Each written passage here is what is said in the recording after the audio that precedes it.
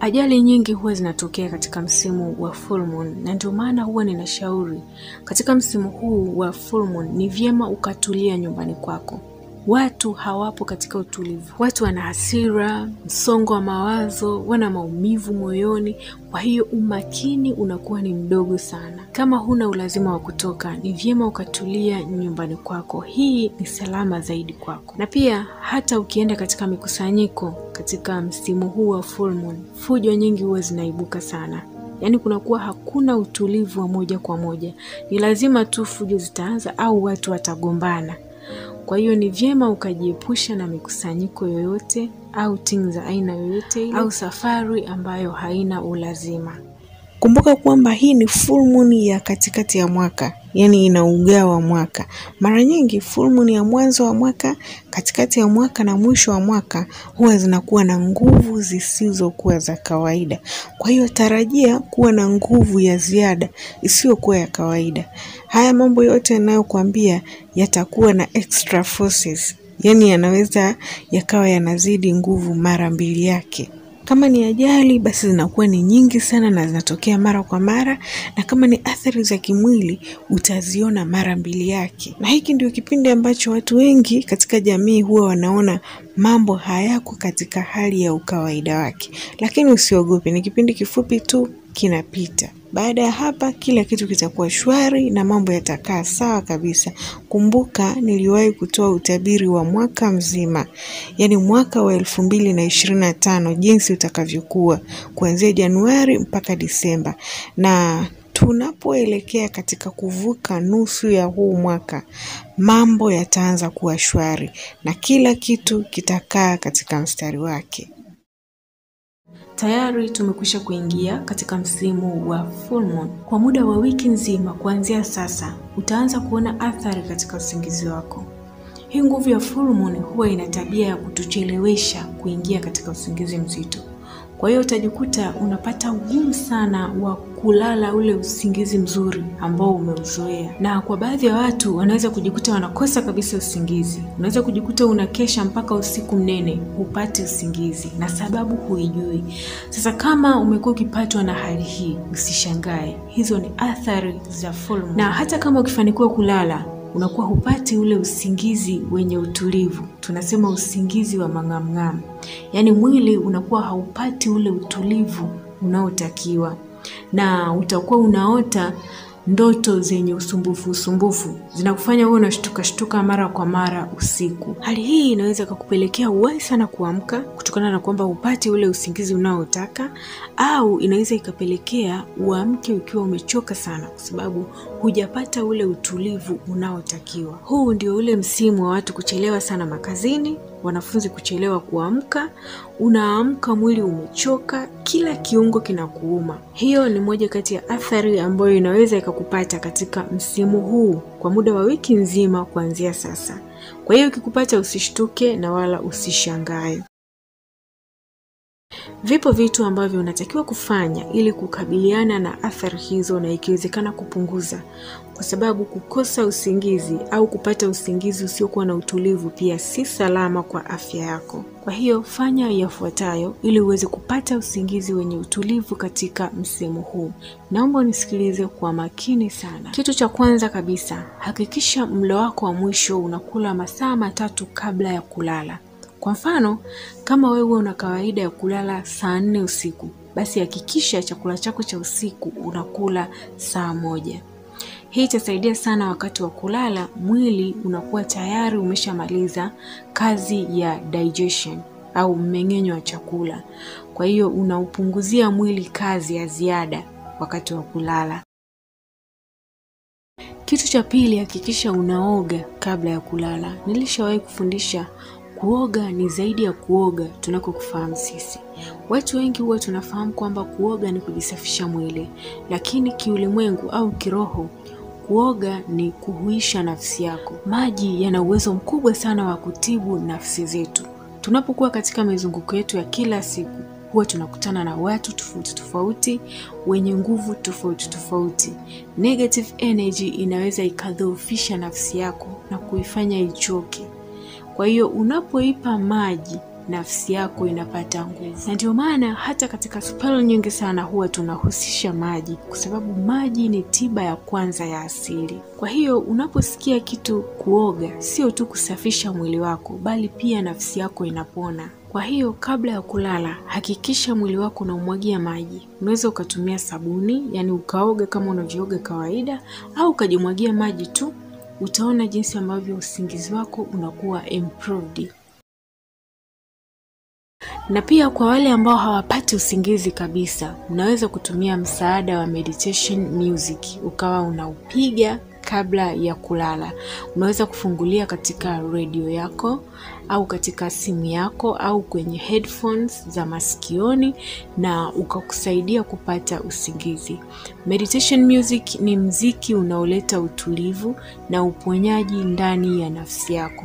Katika kipindi hiki cha full moon inashauriwa kusikiliza mara kwa mara meditation music. Itakusaidia sana kutibu nafsi yako na pia kukusaidia uweze kupata usingizi mzuri. Unaweza kusikia mziki ambao una play katika background ya video hii. Hiyo ni moja kati ya meditation music, lakini zipo za aina nyingi sana.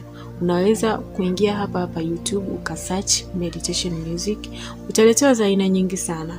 Utachagua unayoitaka kisha utaplay kabla ya kulala.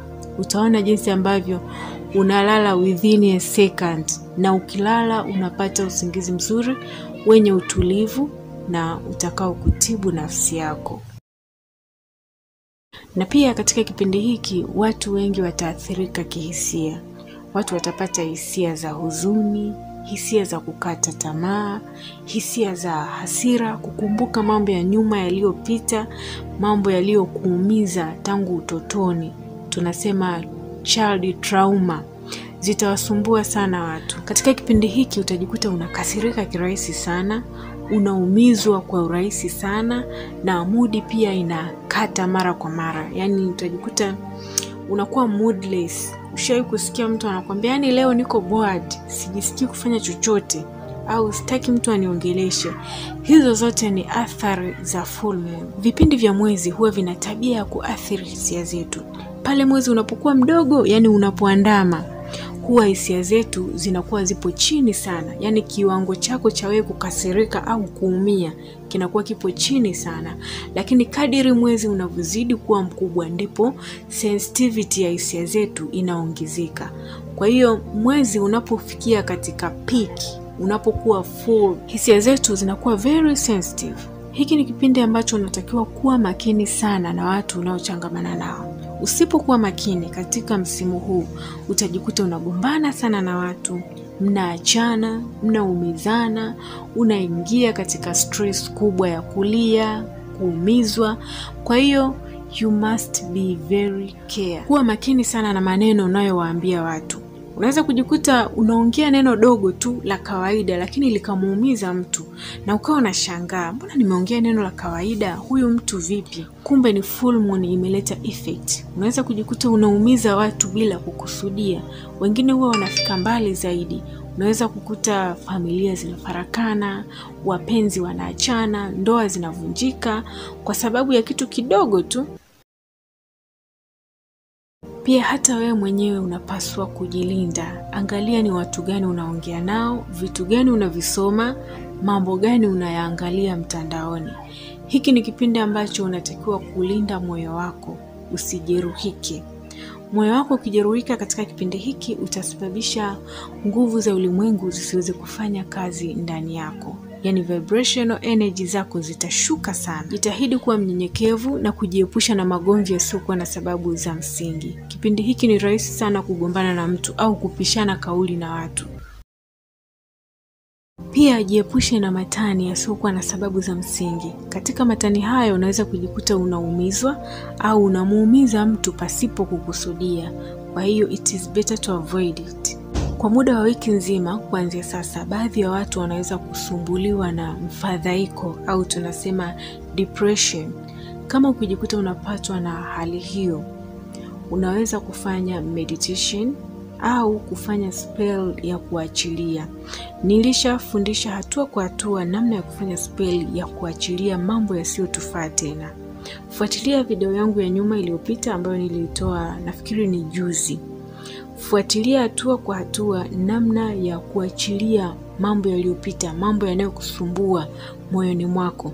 Itakusaidia sana kupona na kukuweka sawa katika kipindi hiki. Na pia kwa muda wa wiki nzima kuanzia sasa, baadhi ya watu wanaweza kujikuta wanapata mawazo ya kukata tamaa au kutaka kukatisha uhai wao, yani kujiua. Research nyingi zimekwisha kufanyika na imebainika kwamba watu wengi huwa wanajiua katika msimu huu wa full moon kutokana na kwamba huwa wanashindwa kuhimili hisia zinazowapata. Kama utajikuta unaelemewa na hisia za msongo wa mawazo au hisia za huzuni kutokana na mambo yaliyopita au maumivu uliyopitia nyuma, tafuta mtu unayemwamini, unaweza ukasaidika. Kumbuka kwamba full moon ni kipindi cha kuachilia. Tunaachilia mabaya yote ambayo hayatufai tena, mambo yote yaliyotuumiza, yanayotuelemea kihisia na kimwili.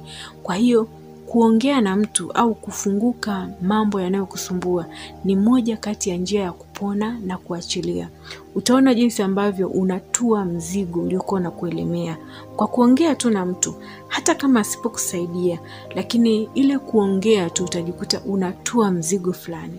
Yes, ninaelewa kuna mtu unapitia hiyo hali hivi sasa. Usikate tamaa, tambua kwamba wewe ni wa thamani sana hapa duniani na hayo unayopitia hauyastahili. Wewe unastahili furaha, unastahili amani, faraja na upendo. Ninakuombea uweze kupata nguvu na ujasiri wa kuweza kuachilia hayo yanayousonga moyo wako, na ninaamini utapona kabla mwezi mwandamo haujafika. Pia katika msimu huu, baadhi ya watu wanaweza kupata athari katika msukumo wa damu. Hii inatokana na kwamba kwa kadiri mwezi unavyosogelea dunia, ndivyo ambavyo gravitational pull inaathirika.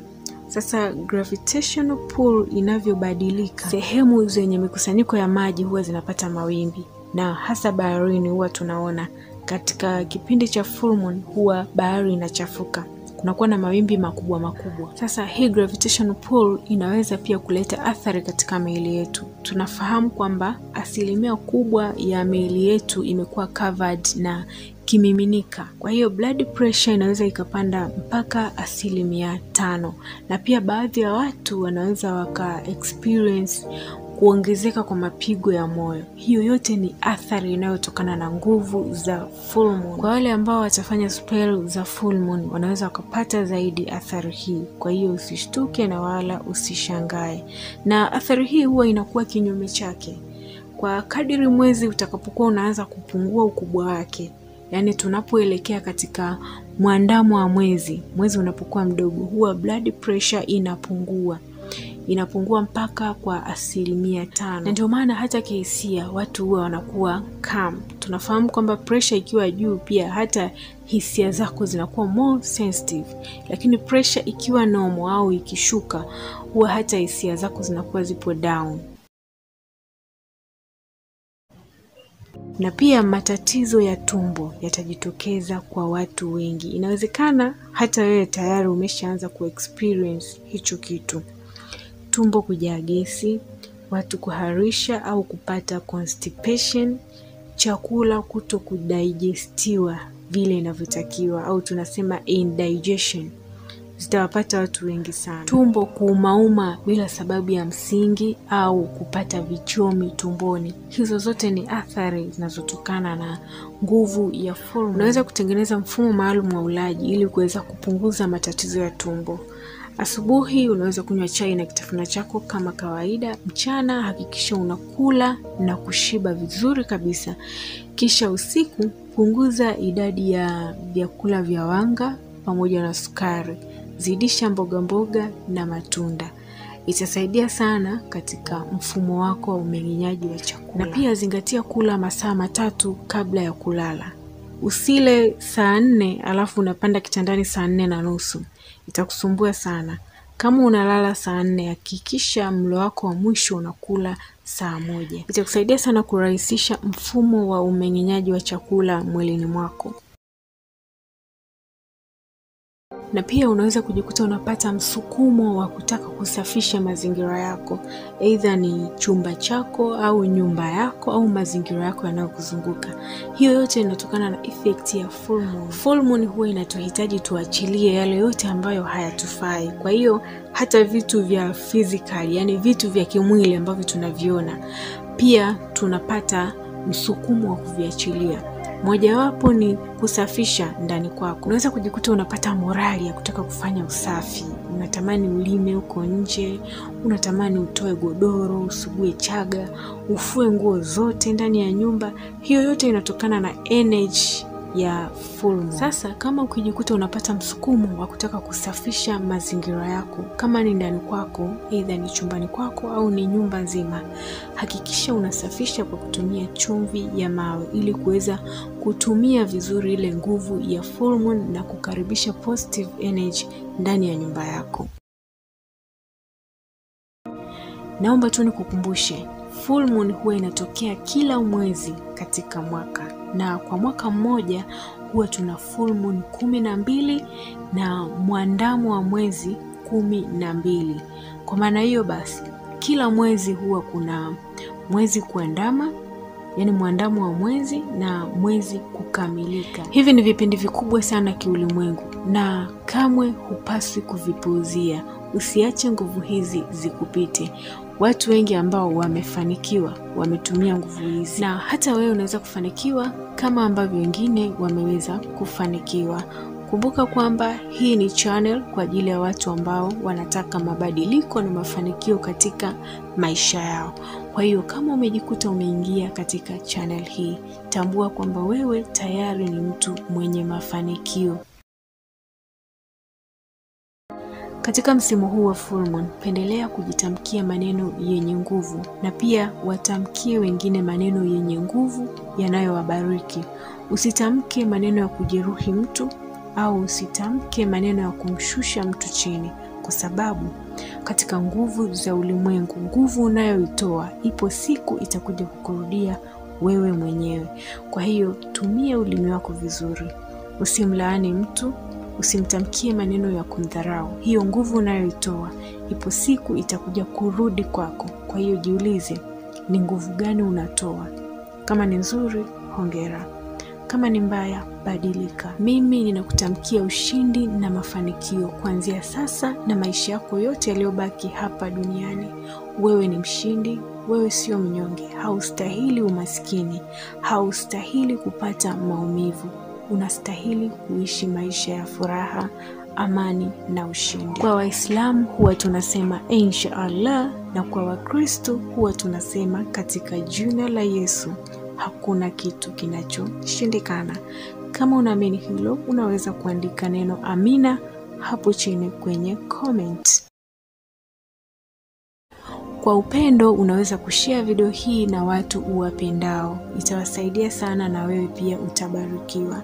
Hakikisha una subscribe ili usije kupitwa na video nyingine zinazofuata. Asante sana.